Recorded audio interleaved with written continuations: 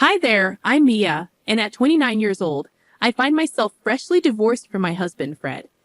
Our love story began back in college, where we shared classes and quickly fell for each other's charms. Despite our strong bond, there was a persistent thorn in our side. Fred's mother, Holly. She seemed to harbor an inexplicable animosity toward me, constantly meddling in our relationship. Despite voicing my concerns to Fred, he struggled to confront his mother, torn between loyalty to her and his love for me. Eventually, I resigned myself to endure Holly's unwarranted criticisms, believing Fred was inadvertently feeding her ammunition. Our relationship weathered many storms, with frequent arguments over his mother's influence.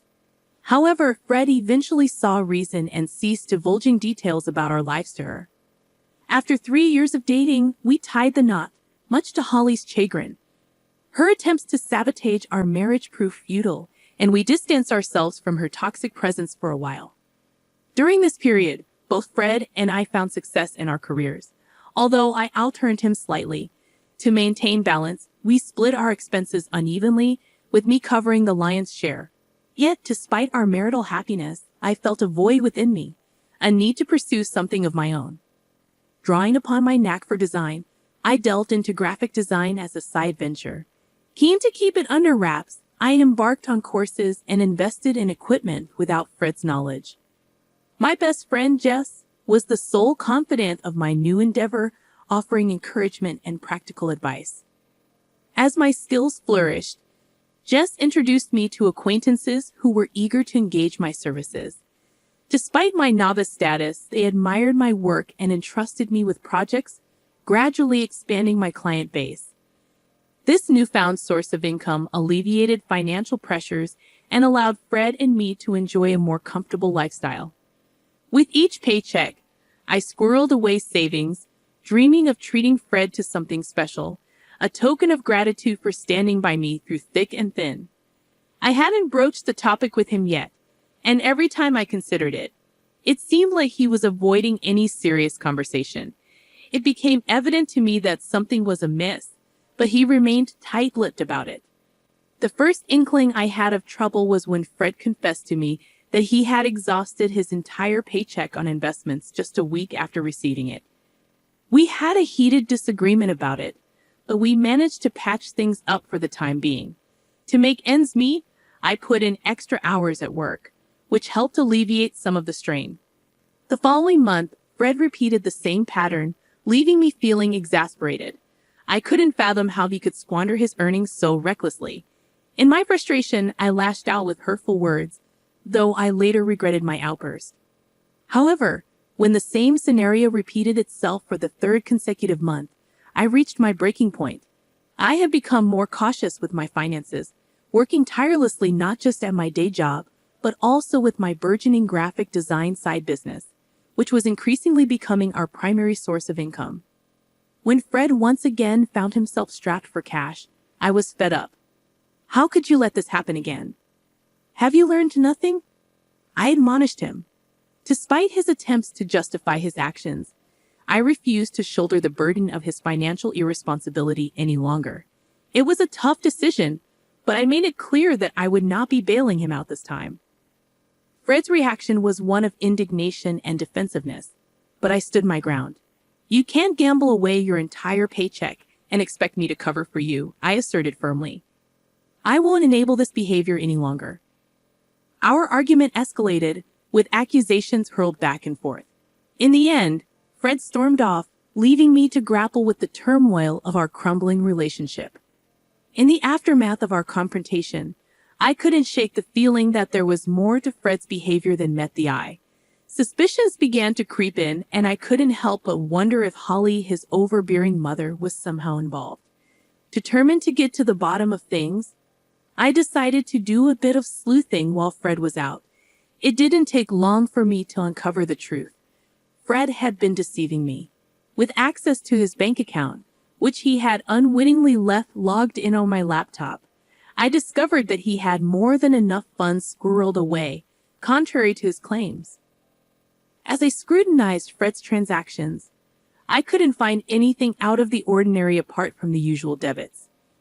Perplexed, I wondered why he had been hiding his finances from me and weaving lies. Seeking clarity, I delved into his messages, and the first person I noticed him texting was his mother.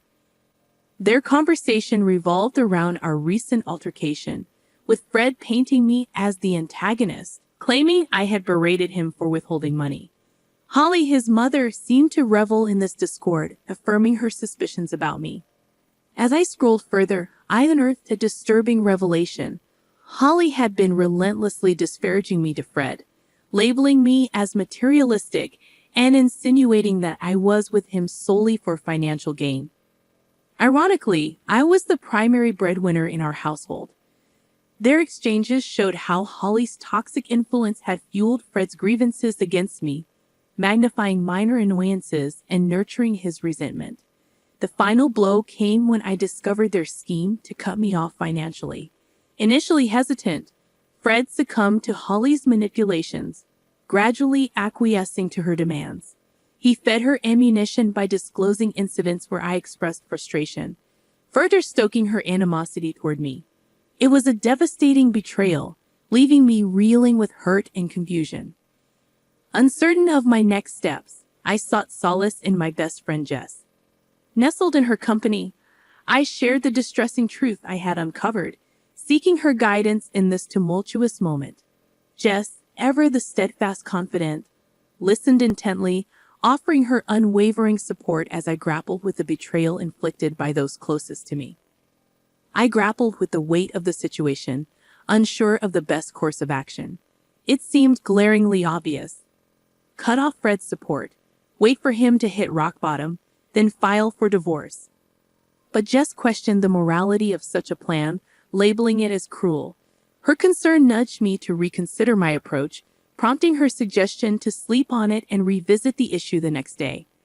Exhausted both physically and emotionally, I welcomed the respite sleep promised. The following morning, with the luxury of a weekend ahead, Jess and I sought solace in the familiarity of a favorite movie, drifting off to sleep in each other's company. The tranquility of the day brought a sense of peace, a temporary reprieve from the turmoil brewing within. We indulged in simple pleasures, immersing ourselves in movies, culinary delights, and each other's company. Despite the nagging thoughts of the previous day's revelations, I made a conscious effort to set them aside, prioritizing the much-needed respite. However, our reprieve was short-lived when Holly's call shattered the tranquility. Reluctantly, I answered, greeted by accusations and hostility. Holly's unwarranted accusations only served to exacerbate the tension, but Jess's encouragement urged me to maintain composure. In the midst of Holly's tirade, an unexpected proposal emerged, a 50-50 split of everything between Fred and me. It was a proposition tinged with skepticism, a test of my commitment to the marriage. Despite the audacity of her demand, I agreed, willing to entertain any possibility of salvaging what remained of our relationship. With tentative acceptance, plans were set in motion, culminating in a meeting scheduled for Tuesday to formalize the arrangement. Though uncertainty lingered, I resolved to confront the challenge head-on, armed with newfound determination to navigate the tumultuous waters ahead. I was stunned by the turn my marriage had taken, torn between disbelief and seething anger. How dare Holly brand me a gold digger, and how could Fred stand by and allow such an accusation? I had stood by him through thick and thin, supporting his endeavors even when they led to losses. I'd covered for him when he lied, shouldered the burden of our shared responsibilities, all while concealing my own side hustle, waiting for the right moment to reveal it to him. Sharing the details with Jess, her smile hinted at the brilliance of Holly's scheme. Splitting everything evenly would leave Fred with little to fall back on, given his lack of awareness about my additional income. I had hoped to surprise him with a lavish gift once my side venture gained traction, but now I was grateful to have it as a safety net. Tuesday arrived swiftly, and Jess accompanied me as support. Arriving home, we found Holly, Fred, and a lawyer already there, finalizing the contract. Ignoring Fred's silent plea for privacy, I approached Holly, demanding to review the terms. As expected, the agreement mandated equal division of assets, with a clause prohibiting financial assistance between us. Reluctantly, I signed, knowing it would leave Fred scrambling financially. Predictably, problems ensued. Initially, we exchanged only terse words, our rift too deep to bridge. Yet living under the same roof necessitated some communication. Fred attempted to breach the divide, but I remained aloof, resentful of his complacency. Eventually, tired of his persistent attempts, I relented. Will you please just talk to me? We can't keep going on like this, Fred pleaded, his admission of missing our connection stung, juxtaposed against his willingness to sign away our financial unity.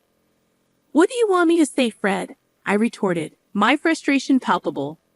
Is that why you agreed to sever our finances completely? Fred's silence spoke volumes, laying bare the chasm between us. As we stood at the precipice of our shattered marriage, I grappled with the weight of our choices, uncertain if reconciliation was even possible. I just needed to know where your loyalty lies, Mia. Despite all the issues caused by your mother, you still choose to side with her. Is this truly what you believe is best for us? Please, Fred, don't speak ill of my mother like that. And what wealth do you possess that you're so concerned about? I don't understand. I'm simply trying to make things right between us. Can we not lash out at each other? There will be no reconciliation until that contract is null and void. It's only been 2 weeks since we signed it, and I've seen no evidence to suggest you're not here for the money. If you're struggling financially, just let me know. I'm willing to help. Wouldn't that be a breach of the contract? I won't risk violating it. Why are you making this so difficult? Can't we just be civil? I could see Fred grappling with conflicting influences, your mother's and his own. The Fred I married wouldn't have succumbed to such manipulation. That month, I diligently paid off our major debts, leaving Fred in a bind. With my share settled, I had more disposable income. Jess and I indulged in lavish outings, while Fred always had an excuse for his financial constraints. My graphic design side gig thrived, leading me to consider quitting my day job. Meanwhile, Fred struggled, his portion of the pantry often bare. While part of me empathized, I reminded myself he brought this upon himself. Holly's unexpected visit left me uneasy. Accusing me of stealing from Fred, she threatened to involve the police. Confused and defensive, I demanded an explanation. You're accusing me of seeking revenge on Fred because I don't like the contract he made us sign. Please, your son has been struggling all month, but it's not because I've stolen his money to fund my outings to fancy places. He has no money to steal, and you know it. And let's not forget who actually coerced us into signing that contract in the first place. You forced it upon us, and now your son is paying the price. Liar. I'm calling the police right now. Go ahead. I haven't taken a single cent from your son. Then how do you have so much money? Your job doesn't pay that much more than Fred's, and he's told me you've cut back your hours. I have another business on the side, a graphic design venture that I plan to surprise Fred with. But thanks to your meddling, that plan went down the drain. I was even going to use the money to buy you a car.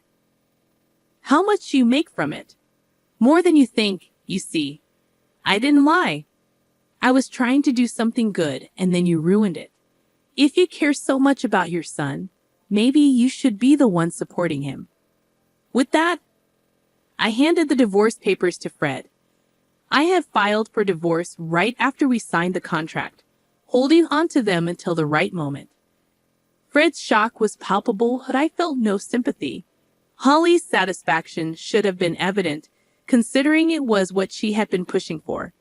Instead, she looked furious now that she understood the consequences for Fred. I informed them I would be moving out in 3 weeks, agreeing only to continue splitting the remaining loan payments. Fred tried to plead with me, but I remained resolute, reminding him that this was the consequence of his actions. In the following months, I found liberation from the toxic relationship. Holly contested the divorce, but with our assets legally separated, there was little for Fred to gain. In fact, he ended up losing more, unable to keep up with the mortgage expenses on the house we sold. He moved back in with his mother. Meanwhile, my business flourished and I gained lucrative opportunities with big brands. It was a blissful and rewarding period for me. I'm grateful I had something to fall back on, sparing me from the fate Fred endured. Perhaps this will serve as a lesson for him in the future, but that's not my concern anymore.